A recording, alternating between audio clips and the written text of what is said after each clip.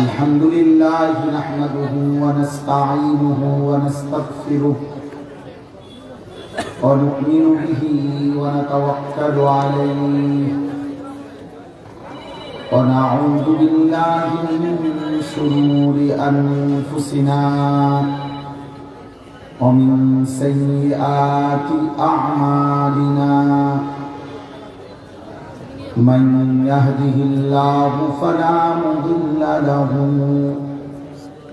ومن يضلله فلا هادي له ونشهد أن لا إله إلا الله وحده لا شريك له ونشهد أن سيدنا وحبيبنا ومولانا محمدا عبده ورسوله أما بعد فأعوذ بالله من الشيطان الرجيم بسم الله الرحمن الرحيم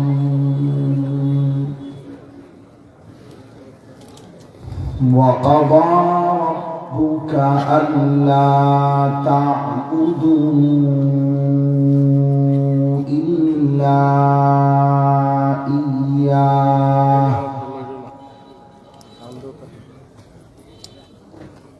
ألا تعبدوا إلا إياه وبالوالدين إحسانا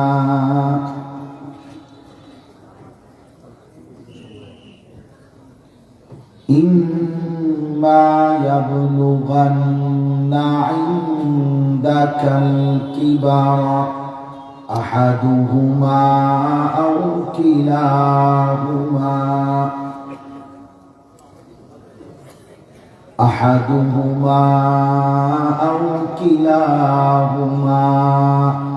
فلا تقل لهما أف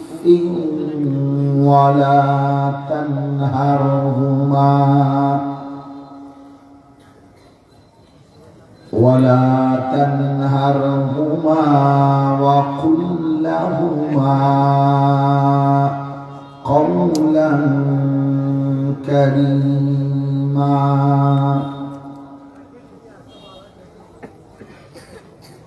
واخفض لهما جناح الذل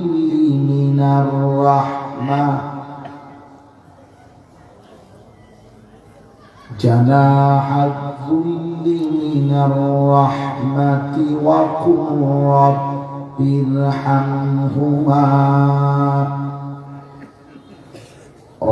ارحمهما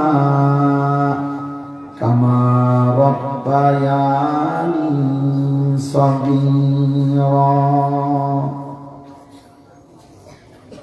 صدق الله مولانا العظيم وقال نبينا صلى الله عليه وسلم كل الذنوب يؤخر الله إلى أجل مسمى إلا عاق الوالدين فإن الله لن يموت حتى يعذبه الله في الأرض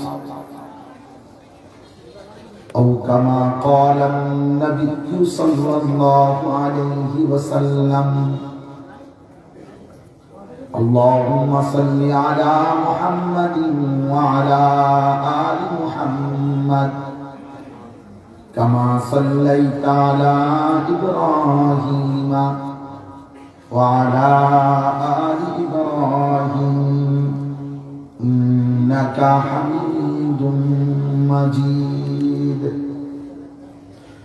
اللهم بارك على محمد وعلى آل محمد كما باركت على إبراهيم وعلى آل إبراهيم إنك حميد مجيد سبحانك لا علم لنا إلا ما علمتنا إنك أنت العليم الحكيم الحمد আল্লাহ পাক রব্বুল ইজ্জাত জুল জালাল ওয়াল ইকরামের ফজল করম রব্বুল আলামিনের অপরিসীম ইহসান মেহেরবানি দয়া আল্লাহ তাআলা আমাদেরকে আজ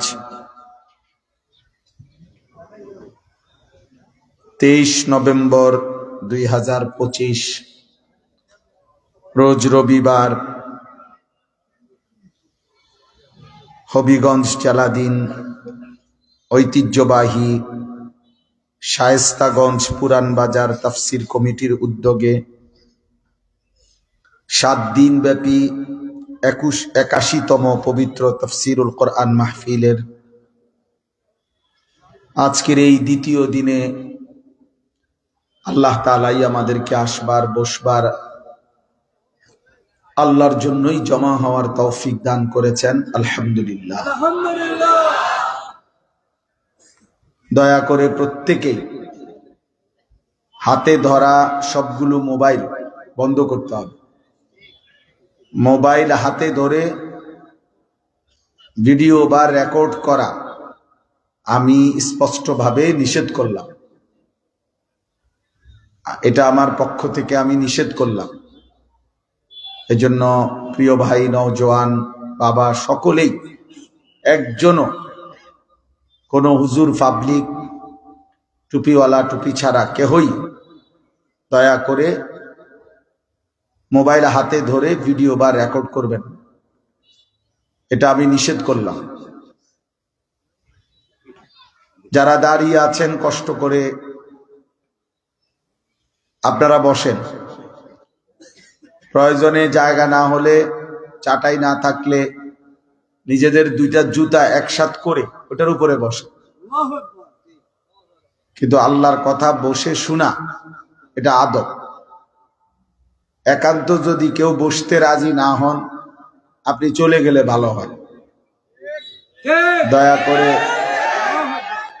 আপনার নিশ্চয়ই ব্যস্ততা আছে, তো অতএব ব্যস্ততা আপনি কাজ ছেড়ে আইসা আবার আইসা শুইলেন। 3 নম্বর কথা হলো, ভেতরে বসে একজনও বুট বাদাম খাওয়া যাবে না। বুট বাদাম খাওয়া আল্লাহর কথা শুনতে শুনতে, এটা অসভ্যতা ছাড়া, অভদ্রতা ছাড়া আর কিছু। 4 নম্বর কথা হলো, এই বিকট আওয়াজে ঠিকও বলা যাবে না, এটা ঠিক না, এটা ঠিক না। বিকট আওয়াজে ঠিক বললে মনোযোগ হয় না। একজন বললে অন্য আরো 5-7-10 জন তার দিকে তাকায় থাকে, অথবা অনেক সময় হাসে। তাহলে আল্লাহর কথাকে বিদ্রুপের পাত্র বানানো এটাও ঠিক না। দোস্ত, এটা জরুরি। আমি শুধু আমার একজনের বয়ানের জন্য বলতেছি না। 7 দিন ব্যাপী তাফসিরুল কোরআন মাহফিল, বাংলাদেশের বুজুর্গ হযরত উলামায়ে কেরাম, মুরব্বিয়ান সকলেই এখানে ধারাবাহিক বয়ান করে থাকেন, করবেন। আমি ব্যক্তিগতভাবে একদম অল্প একটু সময়ের জন্য, এশার নামাজের যেই টাইম বলছে ওই পর্যন্ত থাকা আমার পক্ষে সম্ভব না। ইন্তেজামওয়ালাদের কাছে আমার এটা বিশেষ অনুরোধ। রাগ করলেও কিছু করার নাই, অভিমান করলেও কিছু করার নেই। আমি আগেই বলে আসছি, আমি অল্প সময়ের জন্যই উপস্থিত হয়েছি। এজন্য শুধুমাত্র 7 দিনের এই তাফসীরুল কোরআন মাহফিলের বরকতের জন্য আসছি, আমি বরকত নেওয়ার জন্য। দয়া করে ভাই সকলেই আল্লাহর কথা, সবগুলো কথা মনোযোগ দিয়ে শুনলে, আন্তরিকতা নিয়ে শুনলে একটা ফলাফল আসবে। সব শেষে আল্লাহ তাআলা কলিজার মধ্যে নূর দেবে। আফামান শারাহাল্লাহু সাদরাহু লিল ইসলাম ফাহুয়া আলা নূরিম মির রাব্বি। কোরআনুল কারীমের মধ্যে আছে আল্লাহ তাআলা নিজে, আল্লাহ দয়া করে যার ভেতর অন্তর ইসলামের জন্য প্রশস্ত করে দেন, খুলে দেন, তো আল্লাহই তার অন্তরে আল্লাহর পক্ষ থেকে নূর দিয়ে দেন। সেই নূরের বরকতে সে একেবারে জান্নাত পর্যন্ত তার গন্তব্য মঞ্জিল দেখতেও পায়, চলতেও পারে। এজন্য আসলে কোনো ব্যক্তি বিশেষ, কোনো একজন বক্তা, এইটা আসলে কোনো বিষয় না। আল্লাহর কোরআনের প্রতি আন্তরিক হওয়া উচিত। মোহতারাম পরিচালক এটা বলছেন, আমিও বলতে চাচ্ছিলাম। একজন বুজুর্গ আলিমে দ্বীন হযরত কথা বলতেছিলেন, তখন এই হঠাৎ করে চিৎকার দিয়া ওঠা, এটা ঠিক হয় না। এজন্য সামনে আরো বক্তা আসবে, আরেকজন বয়ান করছেন। প্রিয় ভাই, আজকে না, সব সময়ের জন্য যারা নিয়মিত বয়ান শুনেন, এই আদবের দিকে লক্ষ্য করা উচিত। আল্লাহর কথাকে বাধাগ্রস্ত করা, এর চাইতে বড় জুলুম আর কিছু হইতে পারে। কোরআনুল কারীমের মধ্যে আল্লাহ বলেছেন, ওমান আযলামু মিম্মান যুক্কিরা বিআয়াতি রাব্বি সুম্মা আ'রাযা আনহা। তার চাইতে বড় জালেম আর কেউ নয়, যার সামনে আমি আল্লাহর আয়াত পেশ করা হচ্ছে, বলা হচ্ছে, সুম্মা আ'রাযা আনহা, সে তার থেকে বিমুখ, সে তার থেকে বিমুখ হলো, অমনোযোগী হলো। আল্লাহ বলেন তার চাইতে বড় জালেম আর কেউ না। ইন্না মিনাল মুজরিমিনা মুনতাকিমুন। আল্লাহ বলেন এমন পাপীর কাছ থেকে আমি আল্লাহ নিজে প্রতিশোধ নেব। তো বিষয়টা যদি আল্লাহ নারাজ হয়, আল্লাহ নারাজ হয়, কোন এক আল্লাহর বান্দা হয়তো তিনি ছেড়ে দিলেন, মালিক যদি না ছাড়ে।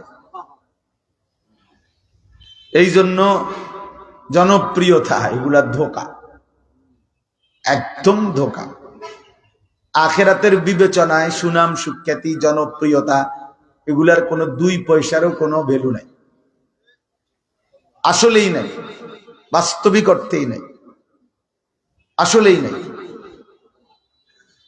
আমাকে যদি 1 কোটি মানুষ চিনে, আমার কবর রাজাব মাপ, তো আমি এটা দিয়ে করবো কি? আমি এটা দিয়ে করবোটা কি? আমাকে যদি 10 কোটি মানুষও চিনে, আপনাদের কারো কবর রাজাব মাপ, তো আমার জনপ্রিয়তা দিয়ে আমনে লাভ কি? চিনে আমারে, আমনে লাফান কিতেন? বুঝেন নাই কথা? মানুষ চিনে আমারে, তো আমনে ফাল মারেন কা? তাহলে এগুলো বেহুদা জিনিস। মালিকের ইচ্ছা, মালিক কখনো একজনের সামনে, কখনো 1000 জনের সামনে। আল্লাহ যখন যেমন চাইছেন তখন তেমনই বলা। আমি 4 জন মানুষের সামনে ওয়াজ করছি, 10 জন মানুষ, 70 জন মানুষ, 20 জন মানুষ। আলহামদুলিল্লাহ আমার জীবনে মাগরিব বাদে এমন বয়ানও করছি যখন আমি ছাড়া শ্রোতা একজনও তখন আইয়া বসে সারে নাই, আমি খুতবা পড়ে ফেলছি, খালাস, কোনো অসুবিধা নেই। রাসূলুল্লাহ সাল্লাল্লাহু আলাইহি ওয়াসাল্লাম বলছেন, ফাওয়াল্লাহি লা আন ইয়াহদিয়াল্লাহু বিকা রাজুলান ওয়াহিদান খায়রুন লাকা মিন হুমুরিন না'ম। আল্লাহর কসম, তোমার দ্বারা একজন ব্যক্তি আল্লাহর পথ পাওয়া, আখিরাতের সন্ধান পাওয়া, গোটা আরবের সমস্ত দামি উট তোমাকে হাদিয়া দেওয়ার চাইতেও কোটি গুণে উত্তম। একজন এক আল্লাহর বান্দার। এজন্য দোস্ত আমার, বন্ধু আমার, ভাই আমার, নওজোয়ান সাথী আমার, প্রত্যেকে আল্লাহর কথার দিকে মুতাওয়াজ্জ হওয়া উচিত। এই 7 দিন নিয়ত করে কিছু নওজোয়ান, প্রিয় ভাই, তোমরা আল্লাহর কথার 7 দিন টানা মনোযোগ দিয়া শোনো। বলে হুজুর, হুজুরের সব কথা তো বুঝি না। কিচ্ছু বোঝার দরকার নেই, কিচ্ছুই বুঝছো না। তুমি শুধু তাকায়া থাকো, তুমি শুধু চাইয়া থাকবে। বলে আমি কিছুই বুঝছি না 7 দিন। কিন্তু মালিক যদি তোমার আন্তরিকতা দেখে, আগ্রহ দেখে, আর আল্লাহ তাআলা যদি কলিজায় 1 ফোঁটা নূর দিয়ে দেয়, রহমত দিয়ে দেয়, তো আগামীর জান্নাত পর্যন্ত তুমি গন্তব্য দেখবা। বুঝ দিবে তো আল্লাহ, বক্তানি। কথা বোঝেন নাই? আল্লাহ কোরআনুল কারীমে নবীজিকে বলছেন লা তুহাররিক বিহি লিসানাকা লিতা'জালা বিহি ইন্না আলাইনা জামআহু ওয়া কুরআন। বন্ধু, আপনার অন্তরে কোরআন বসিয়ে দেওয়া, আপনার জবান দিয়ে কোরআন উচ্চারণ করিয়ে দেওয়া, আর একটু পরে আছে সুম্মা ইন্না আলাইনা বায়ানা, কোরআনুল কারীমের বিস্তারিত তাফসীর ব্যাখ্যা করে দেওয়া। আল্লাহ বলছে 3টাই আমি আল্লাহর দায়িত্ব। আমি আপনার দিলে মুখস্থ করাবো, আমি আপনার জবান দিয়ে বলাবো, আমি আপনার কাছে বিস্তারিত ব্যাখ্যা বুঝিয়ে দেব। তাহলে মূলত দেবে কে? আল্লাহ। কোন মাদ্রাসার তালেবে এলেম শিক্ষকের যোগ্যতায় হাফেজ হয় না। এই হাফেজ সাহেব তারে হাফেজ বানাইছে না, এই হাফেজ সাহেবের ছাত্র গত 3 বছরে অনেকে ভাগ্য হয়ে গেছে।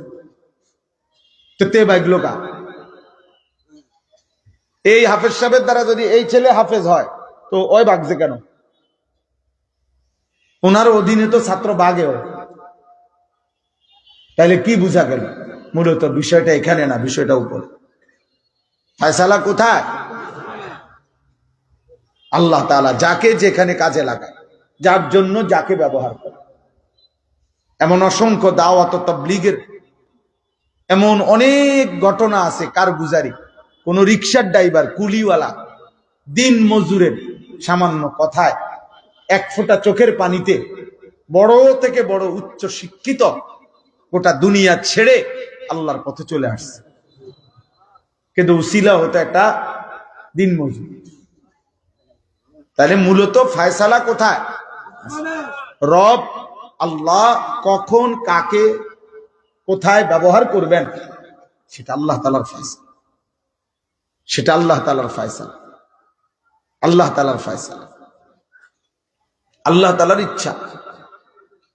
আফামান শারাহাল্লাহু সাদরাহু লিল ইসলাম ফাহুয়া আলা নূরিন মির রাব্বিহি। আবার আরেক আয়াতে আছে ফামান ইউরিদিল্লাহু আন ইয়াহদিয়াহু ইয়াশরাহ সাদরাহু লিল ইসলাম। আল্লাহ নিজে কোরআনে বলছেন, আল্লাহ তাআলা যার ব্যাপারে ইচ্ছে করেন যে আল্লাহ তাকে হেদায়েত দিবেন, তো আল্লাহই তার অন্তর, তার বক্ষ ইসলামের জন্য উন্মোচিত করে দেন। আল্লাহই দিল খুলে দেন, তখন সে সব কিছু বুঝতে পারে, সব সে বুঝতে পারে, সব বুঝতে পারে। তখন পুরা হক তার কাছে স্পষ্ট হয়, তখন কালেমা তার কাছে স্পষ্ট হয়। ফলে সে কুফরি অবস্থাতেই হকের সন্ধান পেয়ে আল্লাহর দয়ায় কালেমাওয়ালা, ইমানওয়ালা হয়ে যায়। তাহলে ফয়সালাটা কার? আল্লাহ তাআলা। আল্লাহু ইয়াজতাবি ইলাইহি মান ইয়াশা ওয়া ইয়াহদি ইলাইহি মান ইউনিব। আল্লাহ নিজে বলছেন, আল্লাহ যাকে চান তিনি তাকে টেনে, জজব মানে আকর্ষণ করে, সরাসরি টেনে নিজের দিকে নিয়ে আসেন। ও যাচ্ছে কুফরির দিকে, আল্লাহ টান নিয়ে আসছেন নিজের দিকে। ওমর রাদিয়াল্লাহু তাআলা আনহু যাচ্ছে হত্যা করতে, আল্লাহ বলছেন আগাও, রাস্তার চেঞ্জ করতে হবে না, জামাও বদলাইতে হবে না, তরবারি হাতে থাক, তোমার জিদ তোমার লগে থাকুক, তুমি আসতে থাকো নবীর দিকে। তুমি আসতেছো হত্যা করবার নিয়তে, আমি আল্লাহ ফয়সালা নিলাম এই রাস্তায়, এই পথে আজই এখনই তোমার হেদায়েত দিয়ে দেব। আল্লাহ বলেন আমি নিয়ে আসলাম টেনে হেদায়েতের দিকে। ওমর কি হেদায়েতের জন্য আসতেছিল? আল্লাহ বলেন আমি জজ্ব করলাম, আসমানি আকর্ষণ, জজবে ইলাহি, আল্লাহ তাআলার কুদরতি আকর্ষণ। এজন্য দোস্ত পরিবর্তন মাকসাদ, ফিকির মাকসাদ। وأنزلنا فيها آيات بينات لعلكم تذكرون। আল্লাহ বলেন এই কোরআনের আয়াতগুলো আমি নাজিল করেছি কেন? লাআল্লাকুম তাযাক্কারুন, যেন তোমরা উপদেশ গ্রহণ করতে পারো। আল্লাহ বলেন ইয়াইযুকুম লাআল্লাকুম তাযাক্কারুন, আমি আল্লাহ নিজে ওয়াজ করছি কেন? যেন তোমরা উপদেশ গ্রহণ করতে পারো। আল্লাহ বলেন মূসা নবীকে ফেরাউনের কাছে যাও, এত বড় নিকৃষ্ট খোদা দাবিদার কাফের, তার কাছেও আমার দাওয়াত দাও, আমার কথা পৌঁছাও কেন? লাআল্লাহু ইয়াতাযাক্কারু আও ইয়াখশা, হয়তো সে উপদেশ গ্রহণ করবে অথবা আমি আল্লাহকে ভয় করব। ফেরাউনের ব্যাপারে পর্যন্ত আল্লাহ চাচ্ছেন এটা, যে ফেরাউনের কাছে কালেমার দাওয়াত দাও, তাহলে হয়তো সে উপদেশ গ্রহণ করবে অথবা আল্লাহকে ভয় করবে। তাহলে দোস্ত ফেরাউনের কাছেও দিন পৌঁছানোর মাকসাদ ছিল। ও যাই অপদার্থ কোথাকার, নিষেধ করা হয়েছিল না আবার হাসো বেটা? মোবাইল তুলতে নিষেধ করা হয়েছিল কিনা বলো? যাও তুমি বাইরে দাও, আরেকজন লোক জায়গা দাও, এখানে দাঁড়ায় আছে অনেকে, তোমার জায়গায় আরেকজনকে বসতে দাও। জি,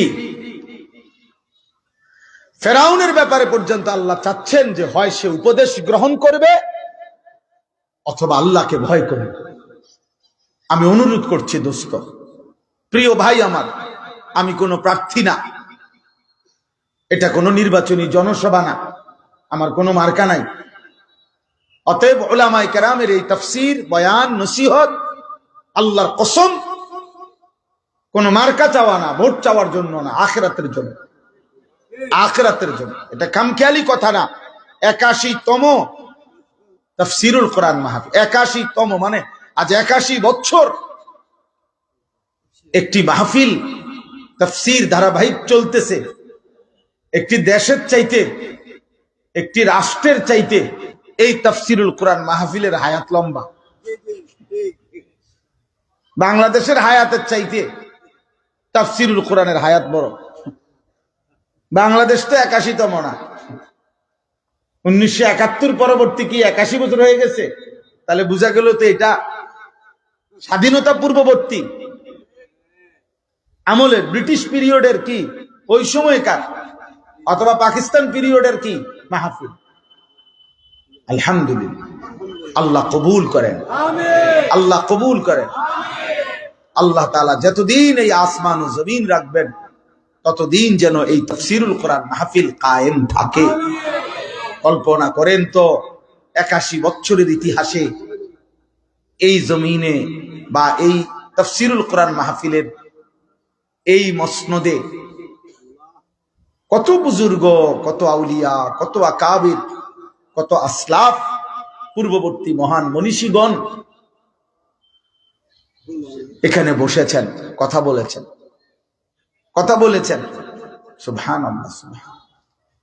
আল্লাহ তাআলা প্রথম দিন থেকে এই পর্যন্ত এই তাফসীরুল কোরআন মাহফিলে যত বুজুর্গ, যত উলামা আউলিয়া এসেছেন, কথা বলেছেন, এই মাহফিলের ইন্তজাম করতে করতে, ব্যবস্থাপনার কাজ করতে করতে কত আল্লাহর প্রিয় বান্দা কবরেও তো চলে গেছে। আল্লাহ সকলকে মাফ করে দেন, আল্লাহ সকলকে জান্নাতের উঁচা মাকাম দান করেন। আজকেও যারা আছে এর সাথে সম্পৃক্ত, আল্লাহ তাআলা সকলকে উত্তম বিনিময় দান করেন। তাহলে ইনশাআল্লাহ সবাই আমরা নিয়ত করলাম তো? আমার সবার কাছে কথা, ছেলেরা, বাবা, তোমাদের কাছে কথা, খামখেয়ালি করো না। একবার উঠতে গেলে আগা, আবার আরেকজন বক্তা আইলো না, আরে উনি খুব জোরে কয়, তো আবার দৌড় দিই, তা আবার না উনি যাই যে কেরুম জানি মেরমেন করে, তাল উঠছে না, এই যে আওয়াজে হইতো না, যাই না।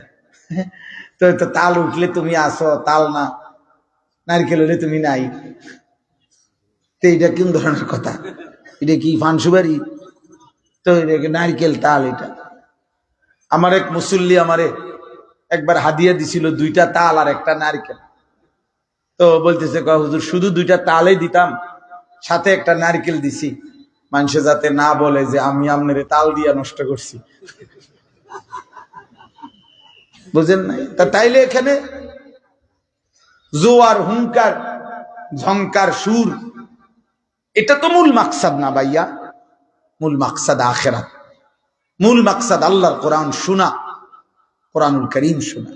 কোরআনুল কারীমের মধ্যে আছে আল্লাহ তাআলা বলছেন, ওয়া ইযা সামি'ু মা উনজিলা ইলার রাসূল তারা আ'য়ুনাহুম তাফীদু মিনাদ দাম'i মিম্মা আরাফু মিনাল হক।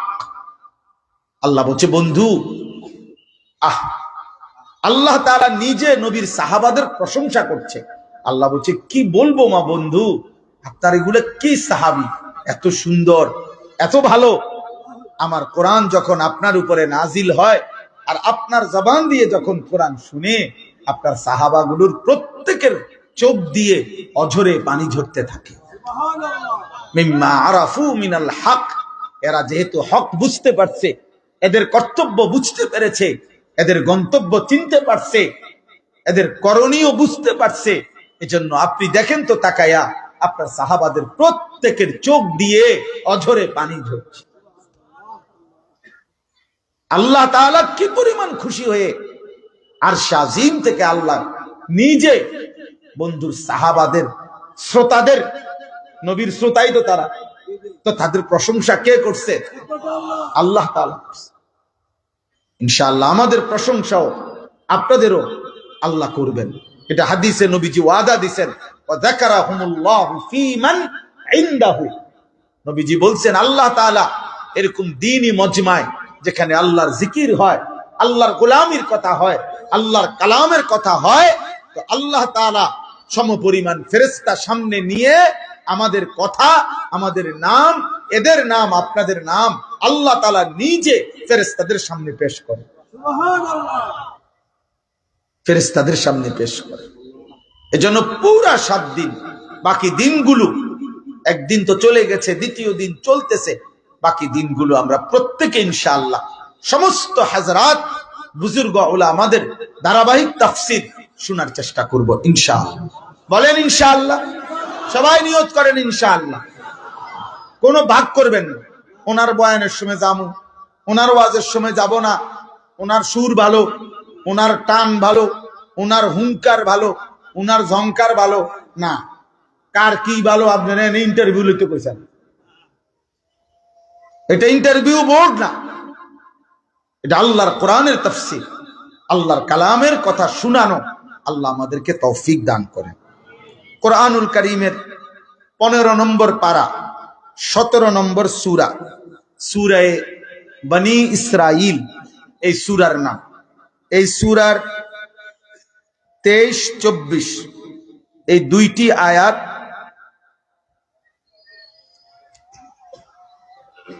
23 এবং 24 আমাকে সংক্ষিপ্ত কথা বলতে বলা হয়েছে।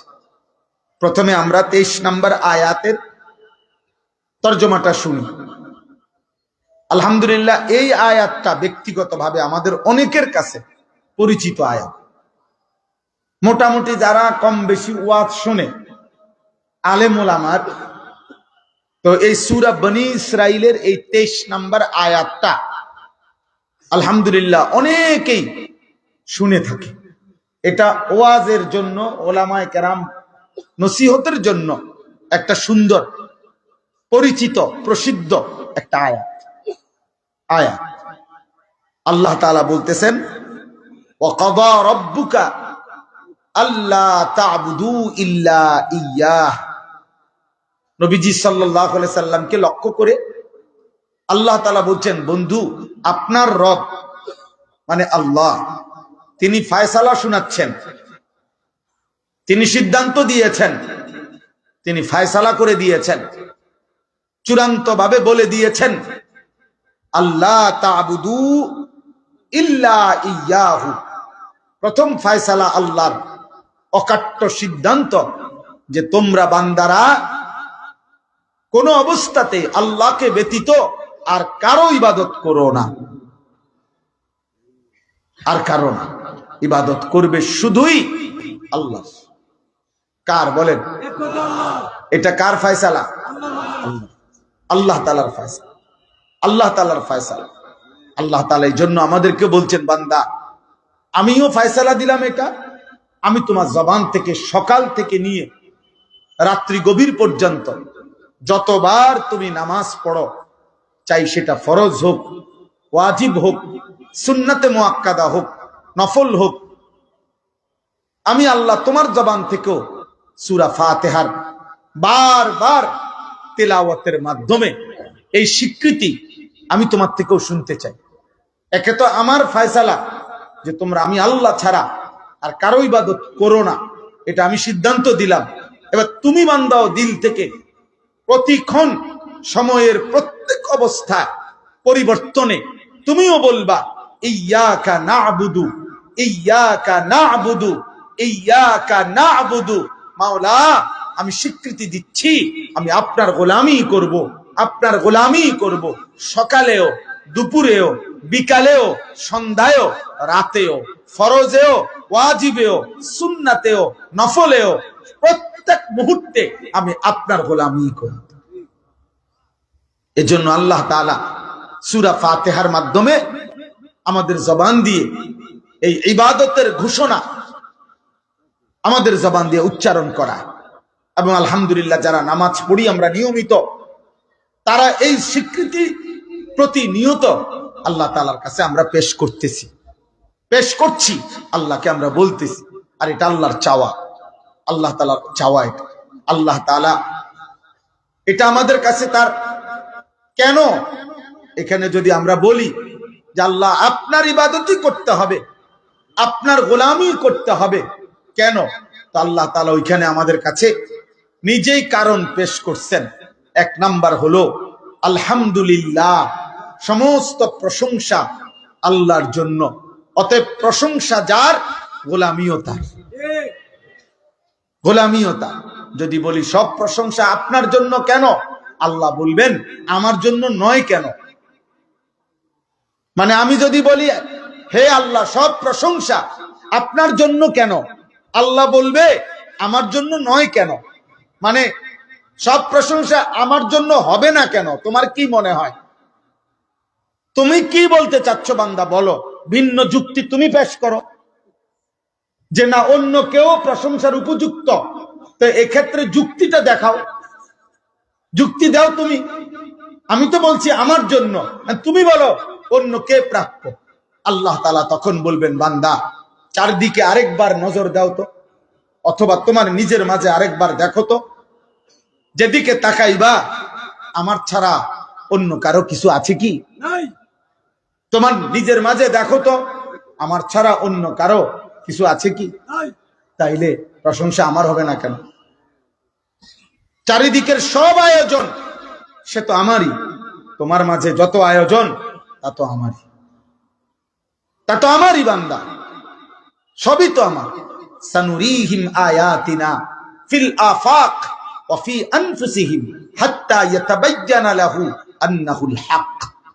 আল্লাহ তাআলা বলেন আমি দিক দিগন্তে এই সৃষ্টির চতুর্দিকে আমার কুদরতের নিদর্শন আমি ছড়িয়ে দিয়েছি, এবং তোমাদের মাঝেও তোমাদের মাথার চুল থেকে পায়ের নখ, ভেতর কিংবা বাহির, অস্তিত্বের প্রত্যেকটা অঙ্গে আমি আল্লাহ আমার কুদরত রেখে দিয়েছি। যেদিকেই তাকাইবা এ কথাই স্পষ্ট হবে আমি সত্য, আমি আল্লাহ, আমি খালেক, আমি সবকিছুর মালিক। ওয়াফি আনফুসিকুম আফালা তুবসিরুন। তোমার মাঝে দেখো, তুমি দেখো আমাকে দেখতে পাও কিনা, আমার কুদরত ছাড়া অন্য কিছু চারিদিকের কোথাও আছে কিনা। ভালোবাসার যত রং, যত বর্ণ, যত বৈচিত্র্য, যত সুন্দর, যত স্বাদ, যত কিছু কায়নাতের সবই তো আমার। অতএব সমস্ত কিছু যার, প্রশংসাও তার। আর যার প্রশংসা, যার সব প্রশংসা যার, ইবাদতের উপযুক্ত একমাত্র তিনি। আপনি কোন যুক্তিতে, ইবাদত কাকে বলে? ইযহারুত তাযাল্লুল, নিজের সর্বোচ্চ বিনয়, নিজের সর্বোচ্চ কাকুতি মিনতি, নিজের সর্বোচ্চ আবেগ অনুভূতি, এক কথায় নিজেকে সর্বোচ্চ কারো সামনে ছোট করে দেওয়া, সমর্পণ করে দেওয়া, তো সেইটা ইজহারুল খুদু মা'আত তাদাল্লুল, একেবারে বিনয়ের সাথে কাকুতি মিনতির সাথে নিজের সবকিছু সঁপে দেওয়া কারো সামনে, তো সেটা আল্লাহ ব্যতীত অন্য কারো জন্য ন্যূনতম যুক্তিতেও এটা হইতে পারে না। এই সৃষ্টির অন্য কারো কাছে আমি কেন আমার সর্বোচ্চ বিলিয়ে দেব? কেন? ওই আমারে দিল কি? ওর দ্বারা আমার প্রয়োজন সব পূরণ হচ্ছে না, কিন্তু তার সামনে সবকিছু দেওয়া যায়, কারণ আমার সৃষ্টির, আমার জীবনের, আমার চারিদিকের 24 ঘন্টার প্রতি সেকেন্ডের আমার অস্তিত্বের সকল আয়োজন, সকল উপকরণ তিনিই দিয়েছেন, তিনিই দিয়েছেন। এই জন্য আল্লাহ তাআলা এটা বুঝাইছেন, তুমি বলো বান্দা, তোমার সবকিছু তো আমার, আমার দেওয়া। একটা একটা নিঃশ্বাস আমার ইশারা। হাদিসের মধ্যে আছে প্রত্যেকটি নিঃশ্বাস, কাকা কথা বললেন না কেন, এমনি শুনেন, আপনি শুনলে ভালো, আপনি বুঝলে সারবো, পরে আপনি বাইক গিয়ে বুঝাইয়েন। তাইলে বিষয়টা হইল সবকিছু, সবকিছু আমার। আল্লাহ তাআলা বলছেন, বান্দা আমি সকল কিছু আমি তোমাকে দিয়েছি, আমি দিয়েছি, সবকিছু আমার হাতের সৃষ্টি। অতএব তুমি যেই কোনো প্রয়োজনে, যেই কোনো প্রয়োজনে, বেঁচে থাকার যেই কোনো বিষয়ে আমার কাছে আসতে হবে, আমার থেকে নিতে হবে। তোমার নিঃশ্বাস আমার ইশারায়, তোমার হার্ট বিট, হৃদস্পন্দন আমার ইচ্ছায়।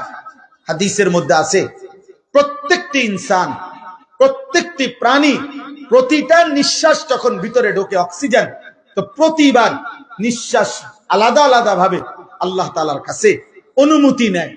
আল্লাহর অনুমতি ছাড়া একবারও ঢোকে না, খোদার কসম। আবার বের হওয়ার সময় পৃথকভাবে আল্লাহর অনুমতি নেয়। একসাথে এক সপ্তাহের নিঃশ্বাস অনুমতি নেয় না, একসাথে একদিনের নিঃশ্বাস অনুমতি নেয় না, একসাথে 1 ঘন্টার নিঃশ্বাস অনুমতি নেয় না। প্রতি নিঃশ্বাস মুস্তাকিল মুস্তাকিল, আলাদা আলাদা, পৃথক পৃথক অনুমতি নিয়ে আল্লাহর ভিতরে ঢোকে, অনুমতি নিয়ে বের হয়। প্রতিবার জিজ্ঞেস করে, রব ভিতরে যাব? আল্লাহ বলছে হ্যাঁ। প্রতিবার বলে হ্যাঁ। এই জন্য এই আসা যাওয়ার অনুমতি চলতে চলতে কোন এক নিঃশ্বাসের বেলায় আল্লাহ অনুমতি আর দেয় না, বলছে না, অথবা ভিতরে ঢুকতে দেয় না, বলছে না আর ঢুকবে না। এ তখনই বলে উনি এই মাত্র শেষ নিঃশ্বাস ত্যাগ করলেন। নাই তো যদি এই প্রত্যেক নিঃশ্বাস, ওই নিঃশ্বাসটা আর কি পায় নাই, ভিতরে ঢুকার কি পায় নাই, অনুমতি পায় না। তাহলে এই জন্য আল্লাহ তাআলা ফয়সালা দিয়েছেন, আল্লাহ তা'বুদু ইল্লা ইয়াহু। খুব বেশি প্রচন্ড তাকিদ দিয়ে আল্লাহ বলছেন, কোনভাবে বান্দা আমি আল্লাহ ছাড়া আর কারো গোলামি করবা না।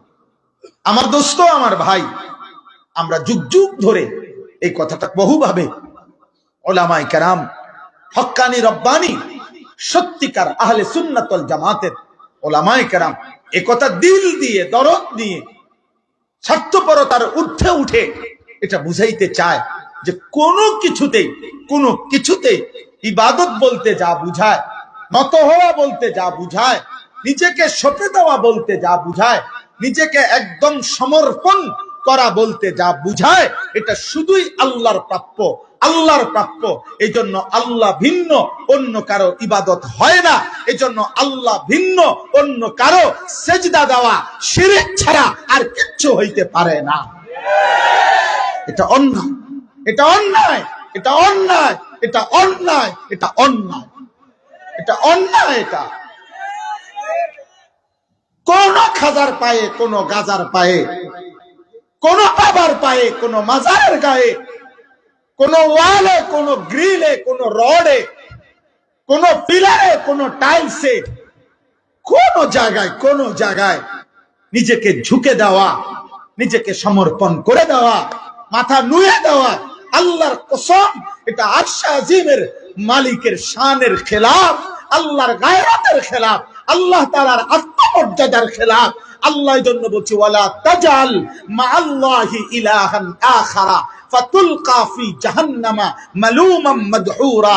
নবীকে বলছে বন্ধু আমি আল্লাহর সাথে এক সেকেন্ডের জন্য কাউকে ডাকবেন না।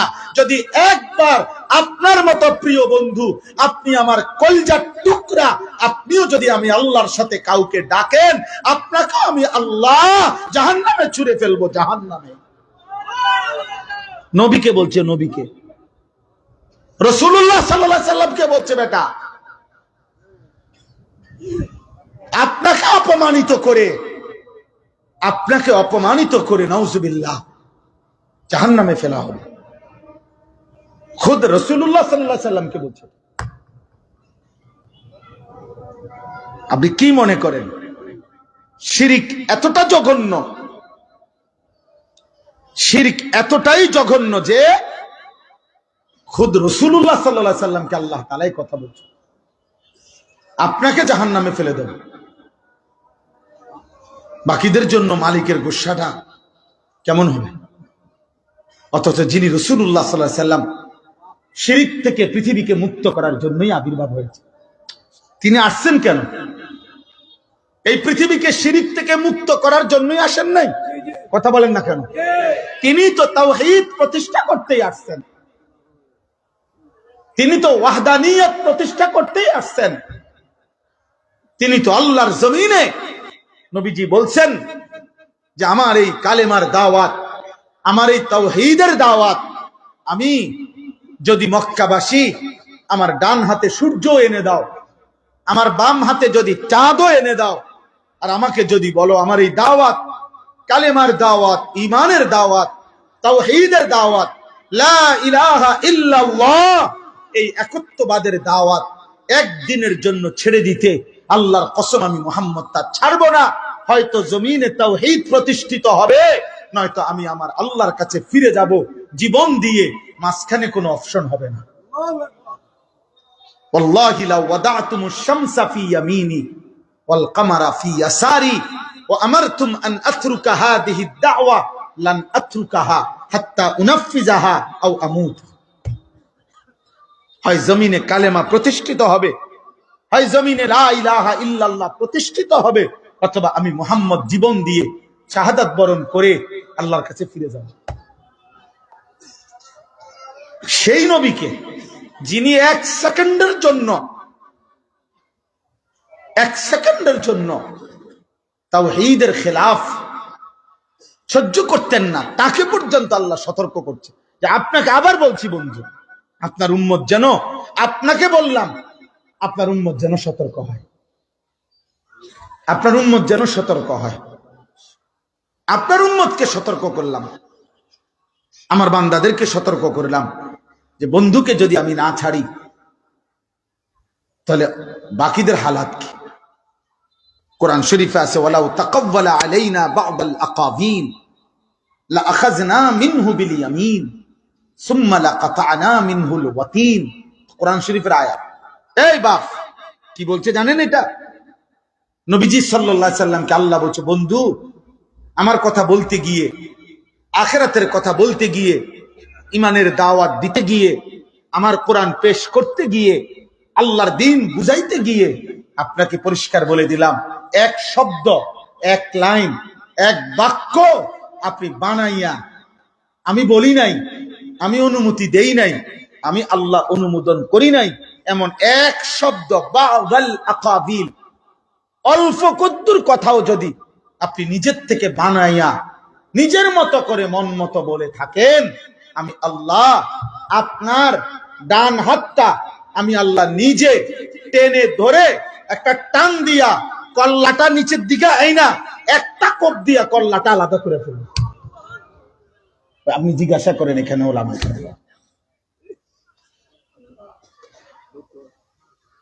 সুম্মা লাকাতা'না মিনহুল ওয়াতিন, আপনার গর্দানের রগ ছিঁড়ে ফেলবে, এটা ফেলবে।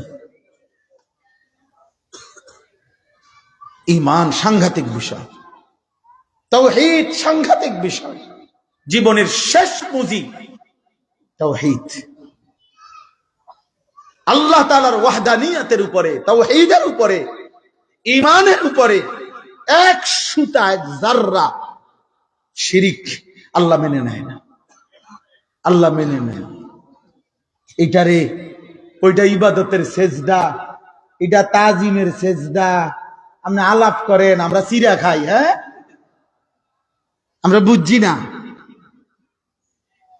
না আলাপ করেন, বাকিরা আমরা চিরা খাই, আপনি হুদা ভাত খান, আমরা বহন খাই। সেজদার দুইটা ভাগ হবে, আর এটা রাসূলুল্লাহ সাল্লাল্লাহু আলাইহি সাল্লাম বুঝবে না, এটা সাহাবায়ে কেরাম বুঝবে না। আমনে মাজার পূজারি, কবর পূজারি, আমনে বুঝে ফেলবেন এটা জুলুম, এটা জুলম। গায়রুল্লাহর সামনে মাথা ঝুঁকানো, গায়রুল্লাহর সামনে সেজদা দেওয়া। আমি নিজ চোখে দেখছি, রব্বে কাবার কসম, আমি কাউরে আঘাত করি নাই, আমার জীবনেও আমি কোনোদিন ঝগড়াটে মানসিকতা আমার মধ্যে নাই, কিন্তু আমি নিজ চোখে দেখছি একদিন এক মাজারে, আমি রাস্তার থেকে আমারে দেখাইছে, দাঁড়াইয়া দেখছি, শুধু এক নজর আমার চোখে তখন আমি দেখছি মহিলা, তার একটা 6 বছরের বা 7 বছরের বাচ্চা ছেলে, এই বাচ্চাটারে নিয়া মহিলাটা সেজদা দিছে। বাচ্চাটা খোদার কসম, বাচ্চাটা মাথাটা নোয়াইতে চায় না, মহিলা এমনি জোর কইরা বাচ্চাটারে মাথাটা লাগাইছে। আমি আমার এই 2 চোখে দেখছি। আহা মা, তুই করলিটা কি মা? তোর সন্তান সৃষ্টিগত ভাবে, আল্লাহ নবী বলছে, ফিতরাতের উপরে, ইসলাম মানার, আল্লাহকে মানার, সৃষ্টিকর্তার পরিচয়ের সত্তাগত যোগ্যতা নিয়েই মানব সন্তান ভূমিষ্ঠ হয়। আল্লাহকে চিনেই আল্লাহ তারে পাঠায়, আল্লাহর পরিচয় দিয়েই আল্লাহ তাকে পাঠায়। মা মিন মাউলুদিন ইল্লা ইউলাদু আলাল ফিতরা ফাআবাওয়াহু ইউহাব্বিদানিহি আও ইউনাসসিরানিহি আও ইউমাজ্জিসানিহি।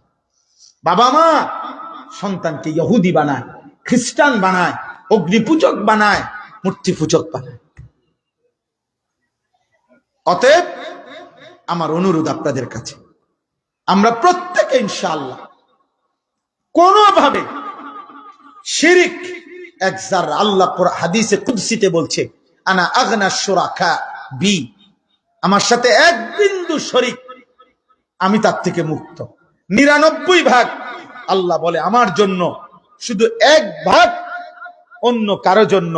আল্লাহ বলেন, খুদার কসম বান্দা, আমি ওই 1 ভাগও যদি কাউকে দাও, আমি তা 99 ভাগ ছুঁড়ে ফেলে দেব, পুরাটা ফেলে দেব, আমি নেব না। আমি 100 ভাগ পিওর চাই। ইখলাস, এটারই কয় ইখলাস। এজন্য সূরা কুল হু আল্লাহু আহাদ, এটারে সূরায়ে কি কয়? এই সূরায়ে ইখলাস কয় কেন? বুঝেন? এনে শব্দটা নাই তো। স্বাভাবিকভাবে কোরআনুল কারীমের বিভিন্ন সূরার নাম যেটা ওইরকম কোন শব্দ এখানে থাকে, এটাতে নাই তো। অর্থাৎ আল্লাহ তাআলা এখানে বলছেন, আমি এই আয়াতগুলোতে শুধুই আমার পরিচয় দিলাম, আমি ইখলাস চাই। ঠিক এমন ভাবে আল্লাহু আহাদ, আহাদ ওয়াহিদের স্নান হয়, আহাদের স্নান হয় না। ওয়াহিদ স্নান সালাসা আরবা খামসা সিত্তা সাবা, এটা হয় 1 2 3 4 5 6। আরবি ভাষায় আহাদ এমন একককে বলে যে আহাদ বলিয়া দ্বিতীয় হয় না, আহাদ বলিয়া তৃতীয় হয় না, আহাদ বলিয়া চতুর্থ হয় না, ওয়াহিদ বলিয়া দ্বিতীয় হয়। শব্দই ভিন্ন। আহাদ আহাদি, আল্লাহু আহাদ, আহাদ তাওহীদ জীবনের শেষ পুঁজি, কলিজার শেষ সম্বল, জীবনের শেষ সম্বল, মুমিনের শেষ পুঁজি। আল্লাহ গোটা দুনিয়া হারাইতে রাজি, আপনাকে নয়, আপনাকে নয়।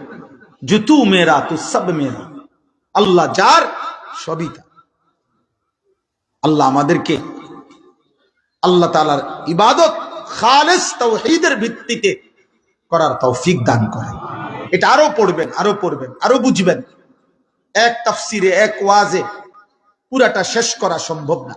আবার পড়বেন, আরো পড়বেন, আরো পড়বেন, আরো পড়বেন, আরো পড়বেন। শিরিক মুক্ত হওয়া চাই। কোনোভাবেই কোনোভাবেই নবী সাল্লাল্লাহু আলাইহি সাল্লাম বলছেন, আখফা মিন দাবিবিন নামলাতিস সাউদা, কালো অমাবস্যার রাতে একবারে গুটগুটে অন্ধকারে একটা কালো পাথরের উপরে যদি একটা কালো পিঁপড়া হাঁটে, নবীজি বলেন, বলতো সেটা খুঁজে বের করা খুব সহজ না খুব কঠিন? রাত্রি অন্ধকার, পাথরটাও কালো, পিঁপড়াটাও কালো, এই অবস্থায় পিঁপড়াটা হাঁটতেছে পাথরের উপরে, এটা খুঁজে পাওয়া কি সহজ না কঠিন? আল্লাহর নবী বলেন, তোমাদের শরীরে, তোমাদের কথায়, তোমাদের আচরণে, তোমাদের বিশ্বাসে, তোমাদের উচ্চারণে শিরিক ঢুকে যায়। এত সূক্ষ্মভাবে ওই শিরিক তালাশ করে খুঁজে বের করা ওই অন্ধকার অমাবস্যার রাতে কালো পাথরে কালো পিঁপড়া খুঁজে বের করার চাইতেও বেশি কঠিন।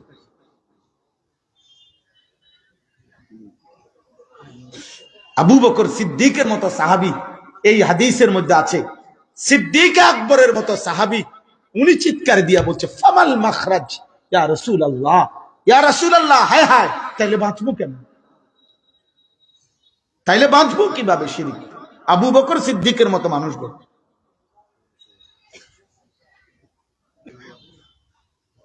তাইলে আমরা ইনশাআল্লাহ প্রত্যেকে আরো বেশি পরিমাণ নিজ নিজ ওলামায়ে কেরাম থেকে, মসজিদের খতিব সাহেব থেকে, আপনার আশেপাশের আলেমদের থেকে আল্লাহর ইবাদত খালেস, ভিন্ন নামে কোনোভাবে কোনোভাবে কোনো ব্যক্তির প্রলোভনে, কোন মানুষের প্রলোভনে, কোন চিৎকার চেঁচামেচি শুনে কোনোভাবেই তাওহীদের বিরোধী, আল্লাহর ইবাদতের বিরোধী অন্য কোন আচরণ, যাররা পরিমাণ শিরিক আমাদের দ্বারা যেন প্রকাশ না পায়, আমরা চেষ্টা করব। বলেন ইনশাআল্লাহ। দ্বিতীয় কথা, এবার ওয়াবিল ওয়ালিদাইনি ইহসানা। আল্লাহ তাআলা বলেন, আমি দ্বিতীয় ফয়সালা শুনাইলাম। এই দ্বিতীয়টা বললে আমার কথা শেষ। দ্বিতীয় কথা হলো, আল্লাহ বলেন, আমি এই ফয়সালা শুনাইলাম যে আমি আল্লাহ, আমার তাওহীদ, আমার ইবাদত, এটা যেন আমি চিরন্তন যেমন ঘোষণা দিলাম, আমার ছাড়া অন্য কারো ইবাদত করবা না, ঠিক আমি দ্বিতীয় ফয়সালা আমি আল্লাহ বলে দিলাম, মৃত্যু পর্যন্ত চিরদিন তুমি ইনসান, যে মা বাবার বরকতে, যে মা বাবার উসিলায় মাধ্যম দিয়ে আমি আল্লাহ তোমাকে পৃথিবীতে পাঠালাম, সেই মা বাবার সাথে মৃত্যুর সেকেন্ড পর্যন্ত তুমি উত্তম আচরণ করো, উত্তম আচরণ করো, উত্তম আচরণ করো, উত্তম আচরণ। পিতা মাতার প্রতি উত্তম আচরণ, এ তোমার জিন্দিগির ডিউটি। ইবাদত যেমন তোমার পুরা জিন্দিগির ডিউটি, মা বাবার সাথে সদ্ব্যবহার এটা তোমার পুরা জিন্দিগির। এটা শনিবারেও, রবিবারেও, সোমবারেও, মঙ্গলবারেও, বুধবারেও, বৃহস্পতিবারেও, শুক্রবারেও, জানুয়ারি, ফেব্রুয়ারি, মার্চ, একেবারে ডিসেম্বর পর্যন্ত, সকালেও, দুপুরেও, বিকালেও, রাতেও, সন্ধ্যায়ও, সর্বাবস্থায়, ভালো থাকলেও, মন্দ থাকলেও, সুস্থ থাকলেও, অসুস্থ হইলেও, তোমার অভাব থাকুক, তোমার সচ্ছলতা থাকুক, তোমার মন ভালো থাকুক, তোমার মন খারাপ থাকুক, তোমার পরিবারের মধ্যে ঝামেলা থাকুক, যা থাকুক, আল্লাহ বলেন এটা আমার ফায়সালা, এটা আমার সিদ্ধান্ত, এটা আমার চিরন্তন ফায়সালা। পিতা মাতার সহিত উত্তম আচরণ করো, উত্তম আচরণ করো, উত্তম আচরণ করো। কোনোভাবেই মা বাবার নাফরমানি করো না, কোনোভাবেই মা বাবার প্রতি অসৎ আচরণ করো না, অসৎ ব্যবহার করো না। আল্লাহ আমাদেরকে তৌফিক দান করে। এখানে ব্যাখ্যা তো আছে, ছোট্ট ব্যাখ্যা এতটুকুই, শুধু লম্বা কথা ছাড়া। আল্লাহ তাআলা অন্য আয়াতে শুধু এতটুকু বলে দিছে, আল্লাহর নাফরমানি হয়, রাসূলুল্লাহ সাল্লাল্লাহু আলাইহি সাল্লামের নাফরমানি হয়, দ্বীনের, আল্লাহর বিধানের, আল্লাহর অকাট্য বিধানের বিরোধিতা হয়, এমন ক্ষেত্রে মা বাবার কোনো কথা আনুগত্য করা যাবে না, কিন্তু অসৎ আচরণ করা যাবে না। উত্তম ব্যবহার এটা তোমার থাকতেই হবে। হ্যাঁ, বাকি আনুগত্য করার ক্ষেত্রে শুধু এতটুকু শুধু যে আল্লাহর বিধান লঙ্ঘন হয়, শরীয়তের অকাট্য বিধান লঙ্ঘন হয়, শিরিক হয়, কুফরি হয়, হারাম হয়, কবিরা হয়, এমন কোন কাজে পিতামাতার আনুগত্য করা যাবে না, কিন্তু তখনও উত্তম আচরণ অব্যাহত রাখতে হবে। ওয়া ইজ্জাহাদাকা আলা আন তুশরিকা বি মা লাইসা লাকা বিহি ইলম ফালা তুতি'হুমা ওয়া সাহিবহুমা ফিদ দুনিয়া মারুফা। আল্লাহ কোরআনে বলছে, যদি পিতা মাতা তোমাকে বাধ্য করে যে আমি আল্লাহর সাথে শিরিক করতে, আল্লাহ তাআলা বলেন ফালা তুতি'হুমা, এক্ষেত্রে তুমি তাদের অনুসরণ করো না, তাদের এই কথা মেনে নিও না। তবে তখনও যে একদম আব্বা আমনের কন্যা সোজা করে লামু, আমনের দেখায় দেমু, আমনের দেখ আমি কেমন ফুত ওইটারই কারণ আমনের না না। আল্লাহ বলেন আনুগত্য করো না, এটা ঠিক আছে, তবে ওয়াসাহিবহুমা ফিদ দুনিয়া মারুফা, দুনিয়ার হায়াত যতদিন পর্যন্ত হয় তুমি জীবিত আছো অথবা তারা জীবিত আছে, তুমি তোমার উত্তম আচরণ এটা অব্যাহত রাখো। তাহলে মা বাবার সাথে রাগ করা যায় কখন? কখনোই না। মা বাবার সাথে অসৎ ব্যবহার করা যায় কখন? কথা বলে না। কখন? কখনোই। আল্লাহর ইবাদত ছেড়ে দেওয়া যায় কখন? এই জন্য একসাথে মিলাই দিছে। রবের ইবাদত বাদ দেওয়া যায় কখন?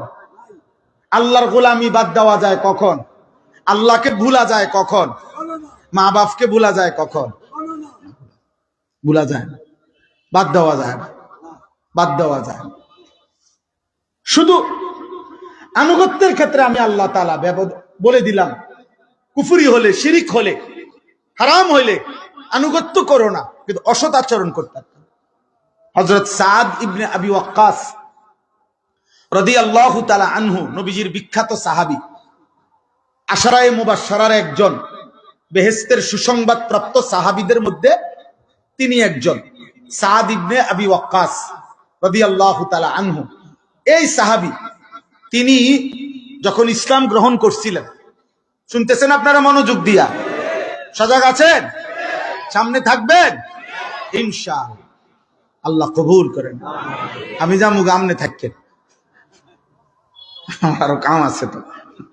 তাইলে সাদ ইবনে আবি ওয়াক্কাস রাদিয়াল্লাহু তাআলা আনহু, এই সাহাবী যখন কালেমা পড়ছে নবীজির হাতে, তো উনার আম্মা ছিলেন জীবিত।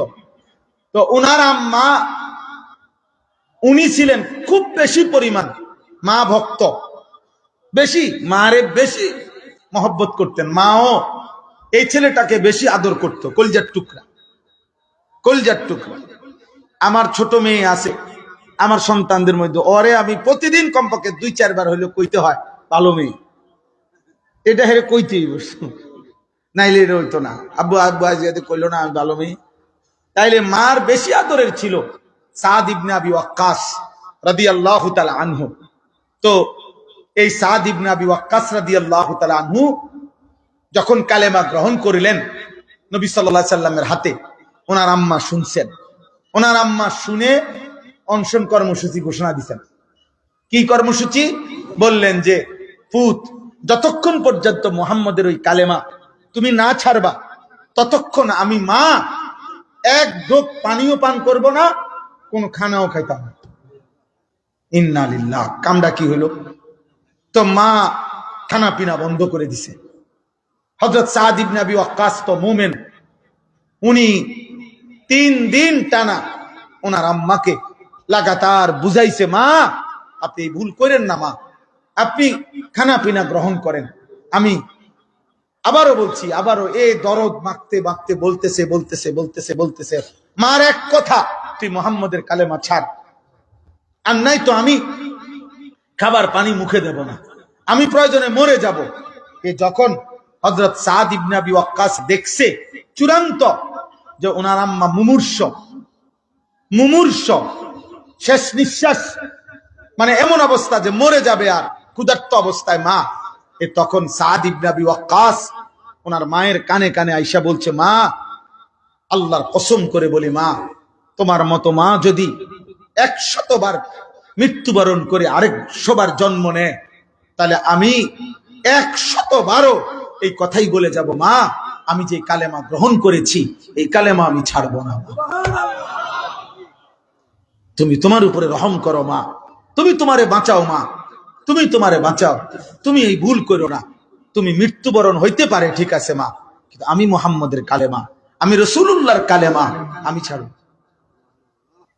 এখানে মজবুত। এরপরে ওনার আম্মা পানি পান করছে, খাবার গ্রহণ করছে, অর্থাৎ বুঝছে বেটি যে না কারবার হইতো না, কাম হইতো না।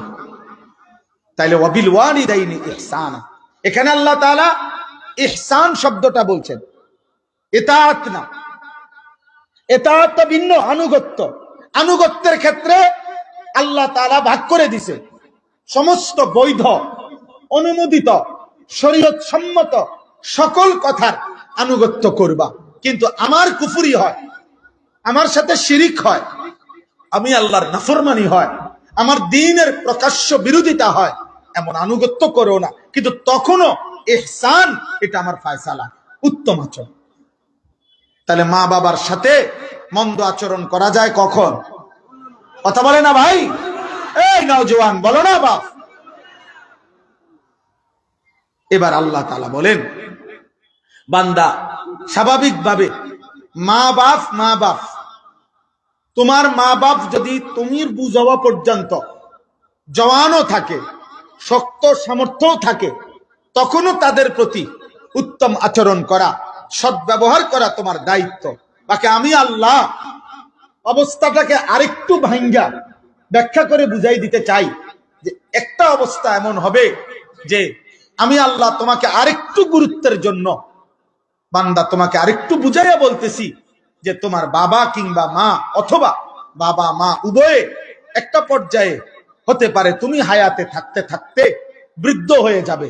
এই বৃদ্ধকালীন অবস্থায় আল্লাহ কোরআনে বলছে, বৃদ্ধকালীন অবস্থাটাই হলো দুর্বলতা, দুফাউ ওয়া শাইবা, অর্থাৎ দুর্বলতা এবং বৃদ্ধ এক কথা। বৃদ্ধ মানেই দুর্বল, দুর্বল মানে বৃদ্ধ। তাইলে আল্লাহ বলেন অটোমেটিকলি তারা দুর্বল হয়ে যাবে।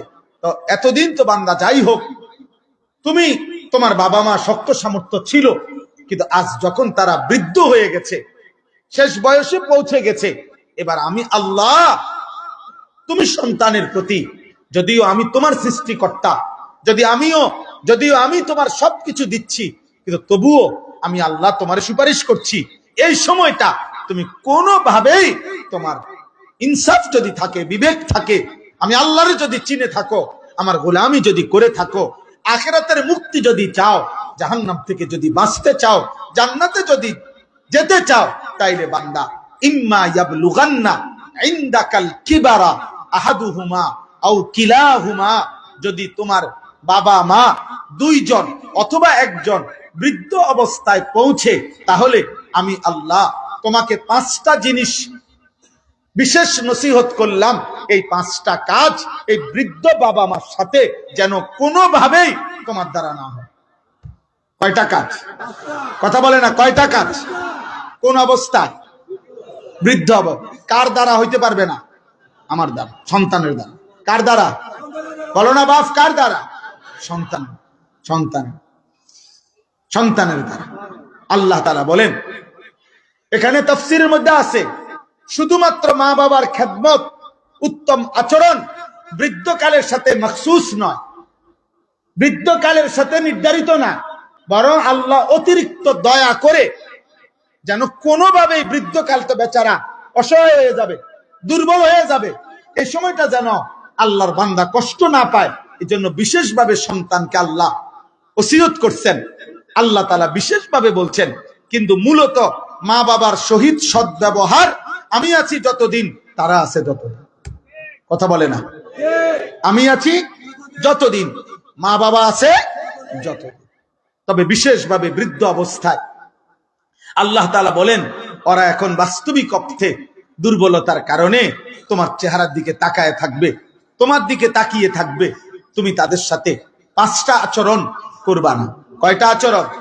1, ফালা তাকুল্লাহুমা উফিন, কোন অবস্থাতেই তুমি তাদের যত যন্ত্রণা, বিরক্তি, বৃদ্ধকালে তারা তোমারে যত পেরেশানি দেয়, যতভাবে তোমারে দেয়, জ্বালা যন্ত্রণা দেয়, তুমি কোনোভাবে তোমার জবান দিয়া উফ, বিরক্তি প্রকাশক কোনো কিছু বলবা। এখানে একটা সূক্ষ্ম কথা হলো, মা বাবা যেন উফ না বলে, এটা না। ও কথা বুঝেন নাই? না না না না, এটা না। এটা হলে তুমি নাই। মা বাবা যদি বলে উফ, মা বাবা যদি বলে আহ আহ ফুত, কি কইলি? মা যদি বলে একবার আহ ফুত, কেমনে পারলি? বাপ যদি একবার বলে ফেলে হায় ফুত, আহারে ফুত, তো তুমি নাই, তুমি শেষ। মনে করে তুমি শেষ। আর তুমি মা বাবা উফ বলতে কয় নাই, তুমি নিজে, তুমি, আমি। আল্লাহ বলছে ফালা তাকুল্লাহুমা উফিন, তুমি বলো না তাদের জন্য, তাদের সামনে উফ। মানে আমার মা, আমার বাবা আমাকে এই পরিমাণ বিরক্ত করতেছে বা জ্বালা যন্ত্রণা দিতেছে, আমি অতিষ্ঠ হইয়া বললাম ওহ, মরেও না, আরে পাগল হয়ে গেলাম, কি করতাম? এই উফটা কে বলছে? আমি সন্তান, সন্তান। আল্লাহ বলছে তুমি সন্তান, মা বাবার হাজার যন্ত্রণার পরেও তুমি উফ বলো না, উফ বলো না। এবার তারা উফ বললে, কথা বলে না, মা বাবা যদি উফ বলে, তোমার ধ্বংস মনে করো প্রথম আসমানের নিচে চলে আসছে, তোমার বরবাদি, তোমার বরবাদি। এই জন্য এক নাম্বার, অর্থাৎ মা বাবার হাজার যন্ত্রণার পরেও বৃদ্ধকালে আমি সন্তান কি বলা যাবে না? উফ বলা যাবে, আহ বলা যাবে, আফসোস অথবা বিরক্তি সূচক কোন শব্দ উচ্চারণ। হযরত আলী রাদিয়াল্লাহু তাআলা বলছে যে নবীজি এটার ব্যাখ্যা করছে, উফ তাফসীরের মধ্যে আছে, যদি এর চাইতে বুঝানোর মতো আরো ছোট কোন শব্দ থাকতো তো আল্লাহ তাআলা সেটাও বলতো। উফ এটার চাইতে আর কোন শব্দ নাই যে শব্দ দিয়ে বিরক্তি বুঝায়। এই জন্য হযরত আলী রাদিয়াল্লাহু তাআলা বলছে, রাসূলুল্লাহ সাল্লাল্লাহু আলাইহি ওয়াসাল্লাম এটার ব্যাখ্যা করে বলছেন যে শব্দ না, শুধু দীর্ঘশ্বাস, অর্থাৎ বিরক্ত হইয়া মা বাবার আচরণে দীর্ঘ নিঃশ্বাস, মুখে কোনো কিছু বলো নাই কিন্তু দীর্ঘ নিঃশ্বাস ফেলাই,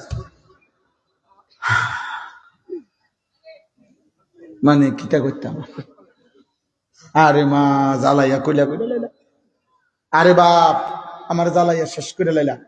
মনে করেন এটা মুখে বলে নাই কিন্তু কি ফেলাইছে? বিরক্তির দীর্ঘশ্বাস। আল্লাহ তাআলা বলছে না বান্দা, এটারও অনুমতি, এটারও কি নাই বলেন না, অনুমতি নাই। এরপরে আল্লাহ বলেন ওয়ালা তানহারহুমা, 2 নাম্বার, তুমি সন্তান কোনোভাবেই মা বাবাকে ধমক দেবে না। কি দেবে না? ধমক দিবে না। 3 নাম্বার ওয়াকুল্লাহুমা কওলান কারীমা, প্রত্যেক কথা মা বাবার সাথে ভদ্রচিত ভাবে, সম্মানজনক ভাবে, আদব ও ইহতিরামের সাথে তুমি বলো। বলো, বুড়া মানুষ এত যন্ত্রণা দেন কেন, এত ক্যাটক্যাট করেন কেন? হ্যাঁ, বয়স্ক মানুষ চুপচাপ দুধ করে বইয়া না থাকবেন, এমন বেয়াদব সন্তান অপেক্ষা করো, ওয়েট, তোকে আল্লাহ বেইজ্জতি করবে। আল্লাহর নবী বলছেন কুল্লু যুনুব ইউআখিরুল্লাহু ইলা আজালিন মুসাম্মা, সব পাপের শাস্তি আল্লাহ কিয়ামত পর্যন্ত বিলম্বিত করবে, আখিরাতে দিবে, ইল্লা আকুল ওয়ালিদাইন, কেবল পিতা মাতার নাফরমানি ব্যতীত।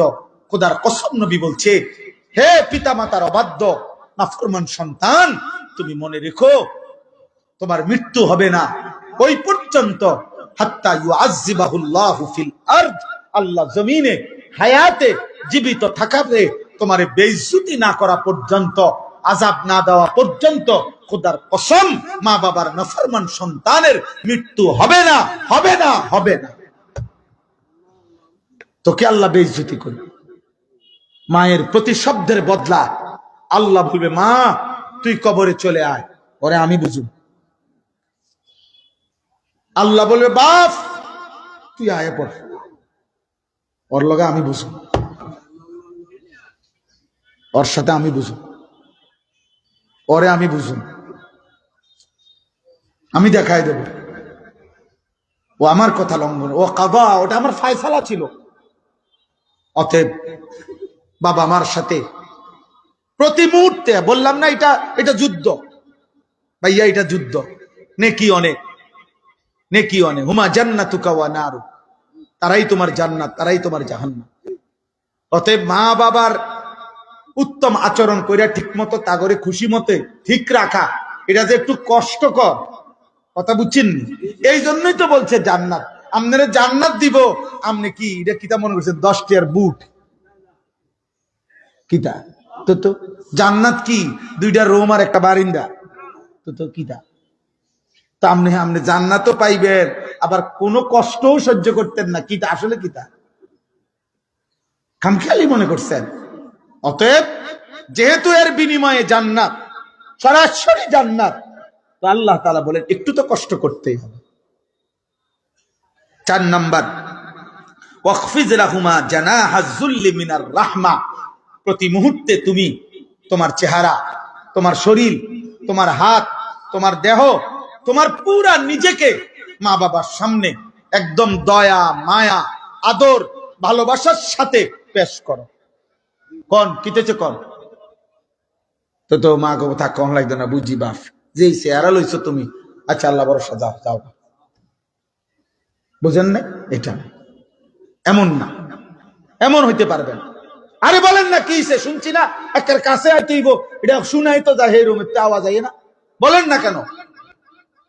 মায় বলছে না ফুত কিচ্ছু না, বাপে বলছে না ফুত কিচ্ছু না।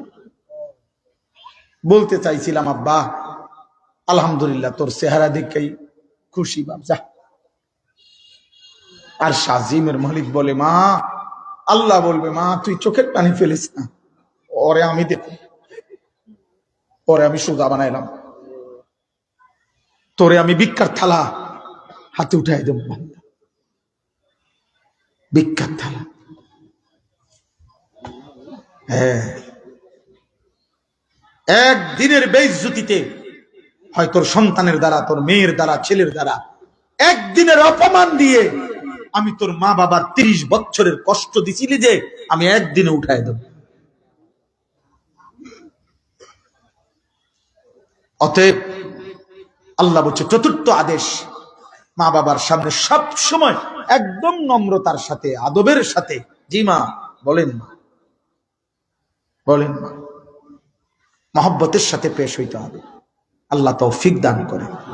সর্বশেষ হলো আল্লাহ বলেন 5ম নাম্বার আদেশ, প্রতি মুহূর্তে মার জন্য, বাবার জন্য দোয়া করতে থাকো। অকুর রব্বির হামহুমা কামা রব্বায়ানি সগীরা, আয় করিম, আয় মাওলা, এই মা বাপ আমারে ছোটবেলায় যে পরিমাণ আদর যত্ন করেছে, ভালোবাসা দিয়েছে, আমি এতটা ছোট ছিলাম, আমি যদি খাটের থেকে একবার কাইত হইয়া পড়ে যাইতাম, আমি গুড়া গুড়া হয়ে যেতাম।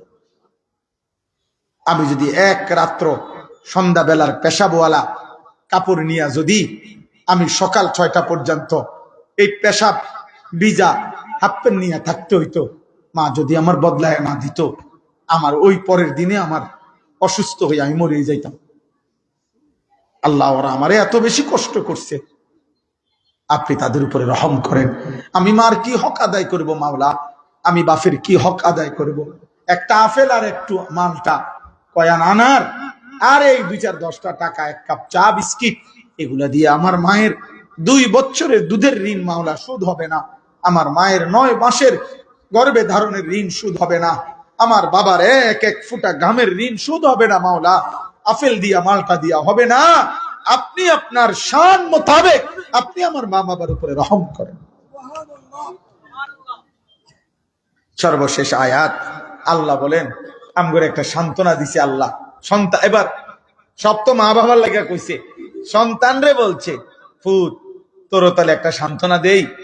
তুমি হয়তো মনে মনে ভাবতে পারো আল্লাহ ঠিক আছে সব তো কইছেন ভালোই, চেষ্টা তো করমু, এরপর আমি তো মানুষ, আমি তো মানুষ, রক্ত মাংসের মানুষ, আমারও তো দুর্বলতা আছে। কোন সময় যদি মনের অজান্তে, ইচ্ছা ছিল না, বেয়াদবিও মাকসাদ না, কোন কারণে যদি আমার মনটার মধ্যে কোন সময় একটু কষ্ট, আচ্ছা নিঃশ্বাসও ফেলাইলাম না, মুখেও কইলাম না, কিন্তু ভিতরে ভিতরে হইলেও তো একটু কষ্ট হইতেও তো পারে। আমার যদি এটাও মাফ না করেন আপনি। আল্লাহ বলে না না না বান্দা, ঘাবড়াইও না। সব সর্বোচ্চ সুন্দরভাবে উত্তম আচরণ করার পরেও যদি তুমি মনের অজান্তে অনিচ্ছাকৃত ভাবে কিছু হয়ে যায় তোমার দিলে, অন্তরে, হ্যাঁ, রব্বুকুম আ'লামু বিমা ফি নুফুসিকুম, তোমার দিলের হালাত পৃথিবীর কেউ না জানলেও আমি তো জানি বান্দা, আমি তো জানি বান্দা। অতএব ঘাবড়াইও না। যদি কোনো একটু কম বেশ হয়েও যায়, হ্যাঁ, তবে তোমার ইচ্ছা ছিল না, তুমি কোনোভাবেই ইচ্ছা করে করো নাই, তো আশা করি আল্লাহ বলে বান্দা আমি তো বুঝি, আমি তো দিল জানি, আমি তো হালাত জানি, অন্তরের অবস্থা বুঝি, ঠিক আছে বান্দা, আমি দিল দেখে মাফ করে দেব। কেন? এই যে আল্লাহ বলেন ইন তাকুনু সালিহিনা ফাইন্নাহু কানা লিল আওয়াবিনা গফুরা, যদি তুমি নেককার হয়ে থাকো, যদি তুমি ভালো হয়ে থাকো, তাহলে আমি আল্লাহ তওবা কইরো। আওয়াবিন আই তাওয়াবিন, আমি আল্লাহর কাছে তওবা কইরো, আমি আল্লাহ তওবা করার বরকতে আমি গফুর, আমি তোমার এই সামান্য ভুল ত্রুটি বিচ্যুতি আমি মাফ করে দেব। আল্লাহ ব্যালেন্স করে দিছে। আমার জন্য একেবারে অসাধ্য যে না অন্তরের মধ্যেও কিচ্ছু আইতে পারতো না, তাইলে কঠিন হয়ে যাইতো। কথা বুঝেন নাই? আল্লাহ বলেন না ঠিক আছে, দিলের হালাত আমি দেখব, তোমার দুর্বলতা অক্ষমতা আমি সেটা দেখব, তুমি শুধু মাফ চাইও আমার কাছে যে আল্লাহ আমি আমার সাধ্য মতো মা বাবার জন্য চেষ্টা করছি, তবুও আল্লাহ আমার দ্বারা আমি, আমার আব্বা ইন্তেকাল করছে আজকে 10 বছর, শেষ বয়সে আমার বাবার, আমার জীবনে শুধু একটা কথাই মনে পড়ে, আমার আব্বারে আমি একদিন টাইনা জোরে বাসা আনতে, মানে বারান্দার থেকে ভিতরে ঢুকাইতে গেছি। আমার আব্বা শেষ দিকে কিছু বুঝতো না, শেষের 7 বছর এত অসুস্থ ছিল, তো আব্বা ওষুধ খাওয়াইতে, নাস্তা খাওয়াইতে আনতে পারতেছে না ভাই বোন কেউ, আমার বিবিয়ে, আর আমি খুব টাইনা মহব্বত করে আনতেছিলাম। আর আমার বাবা একটা হুঁচট খাই, একটু এই পায়ের এই কোনায় এইখানে একটু ব্যথা পাইছে আমার আব্বা। আমি একবারে কাবার রবের কসম করে বলি, আমি আজকেও যখন আমারে আজকে বলছে, আমি যখন ব্রাহ্মণবাড়িয়ার কাছাকাছি আইছি, আমার মোশারফ ভাই আমারে বলছে হুজুর আপনারে বিষয় দেওয়া হয়েছে মাতা পিতার কথা বলতে। আমি এই 10 বছর আমার বাবার কথা আমার যতবার মনে পড়ছে, আমি অতবার একবার হইলো আল্লাহরে বলছি মাওলা আমার টান দেওয়ার কারণে আমার আব্বা এখানে একটু ব্যথা পাইছিল, আল্লাহ আমারে মাফ করে দিয়ে। আমি ইচ্ছা করে আমার বাবারে, এটা আমি দেখি নাই, আমি বুঝি নাই, আজও উনি যখন বলছে আমারে, আমার সাথে সাথে এই কথাটা মনে পড়ছে, আমি আবার মাফ চাইছি যে মালিক মাফ করে দিয়ে, আমি খেয়াল করি নাই। চলো ভাইয়া, চলো নওজোয়ান, আমরা সবাই আজকে থেকে সিদ্ধান্ত নেব মাকে নারাজ করব না ইনশাআল্লাহ, বাবাকে নারাজ করব না ইনশাআল্লাহ। আমাদের আদিব সাহেব হুজুর হযরত মাওলানা আবু তাহের মিসবাহ সাহেব হুজুর বলেন মাকে রাজি করো, দুনিয়া আখেরাতের কোথাও আটকাবে না, দুনিয়া আখেরাতে কোথাও আটকাবে না। প্রতিটা তালেব ইলম, প্রতিটা বাবা, সকলকে আল্লাহ তাআলা কবুল করেন। আজকের এই মাহফিল, আগামী দিনের মাহফিল, তাফসীরুল কোরআন মাহফিল 7 দিনের, আল্লাহ কবুল করেন, ভরপুর তৌফিক দান করেন। আমি হাত জোর করে অনুরোধ করি, আমি একেবারে নিরুপায় হয়ে আসছি আজকের এই আমার নরসিংদী জেলায় আমার মাহফিল, আমি এক্ষুনি চলে যাইতে হবে গাড়িতে। আমি হাত জোর করে অনুরোধ করি দোস্ত, একটা ছেলেও আমার লগে ধাক্কাধাক্কি করো না, মুসাফার জন্য কোনো চেষ্টা করো না, আমি অনুরোধ করলাম। আমার পায়েও ভাঙ্গা, আমার পাও ব্যথা আছে, আমি গাড়িতে উঠতে দিলে আমার ভালো হবে, আমি আরো আগে ছেড়ে দিতাম, কিন্তু যাই হোক বলার তালে বলছি। আল্লাহ আমাদেরকে তৌফিক দেন, কবুল করেন, আমিন। সুবহানাল্লাহ।